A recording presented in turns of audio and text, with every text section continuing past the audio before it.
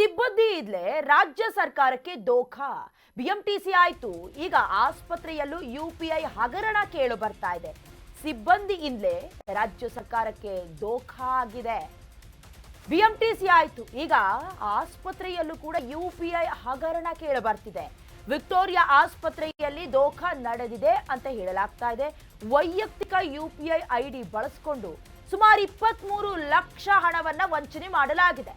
ಆಸ್ಪತ್ರೆಯ ಕೆಲ ಸಿಬ್ಬಂದಿಯಿಂದ ಲಕ್ಷ ವಂಚನೆ ಮಾಡಿರುವುದು. ಲ್ಯಾಬು, ODP, ಎಕ್ಸ್ರೇ ವಿಭಾಗದಲ್ಲಿ QR ಸ್ಕ್ಯಾನ್ ಅನ್ನ ಅಳವಡಿಕೆ ಮಾಡಿರ್ತಾರೆ.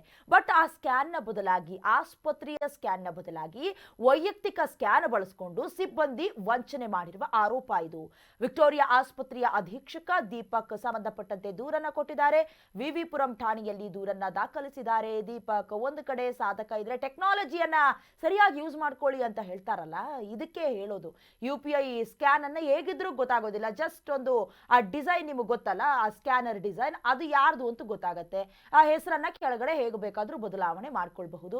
ಸೇಮ್ ಅದೇ ರೀತಿ ಸ್ಕ್ಯಾನ್ರೇ ಮಾಡೋದಕ್ಕೆ, ಎಕ್ಸ್ರೇ ತೆಗೆದುಕೊಳ್ಳೋದಕ್ಕೆಲ್ಲ ಜಾಗ ಇರುತ್ತಲ್ಲ, ಅಂದ್ರೆ ಅಲ್ಲೇ ಪೇಮೆಂಟ್ ಮಾಡಿ ಆ ರಿಪೋರ್ಟ್ ಅನ್ನ ಇಸ್ಕೊಂಡು ಹೋಗ್ಬೇಕು. ಹಾಗಾಗಿ ಆಸ್ಪತ್ರೆಗೆ ಸಂಬಂಧಪಟ್ಟಿದ್ದು ಅಂತ ರೋಗಿಗಳು ಅನ್ಕೊಳ್ಬೇಕು. ಬಟ್ ಮಾಡ್ತಾ ಇರೋ ಧೋಕಾ ನೋಡಿ, ಯಾವುದಕ್ಕೂ ಭಯ ಇಲ್ಲ. ಸ್ಕ್ಯಾನರ್ ಅವ್ರನ್ನೇ ಅಳವಡಿಕೆ ಮಾಡ್ಕೊಂಡು ಹಣ ಎಲ್ಲ ಅಕೌಂಟ್ಗೆ ಬರಬೇಕು, ಆ ರೀತಿ ಮಾಡ್ಕೊಂಡಿದ್ರೆ ಯಾರು ಹೇಳ್ತಾರೆ, ಯಾರು ಕೇಳ್ತಾರೆ?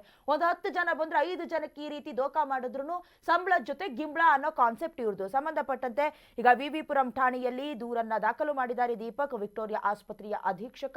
ವಿಚಾರ ಗೊತ್ತಿದ್ದಕ್ಕೆ ಓಕೆ, ಇಲ್ಲ ಅಂತ ಹೇಳಿದ್ರೆ ಏನ್ ಮಾಡಬೇಕಾಗಿತ್ತು? ಯಾಕಂದ್ರೆ ಕೇವಲ ಒಂದೇ ಆಸ್ಪತ್ರೆಯಲ್ಲ, ಅಥವಾ ಆಸ್ಪತ್ರೆ ವಿಚಾರ ಅಂತಲ್ಲ, BMTCಯಲ್ಲೂ ಕೂಡ ಈ ಹಿಂದೆ ಇದೇ ರೀತಿ ಆಗಿತ್ತು.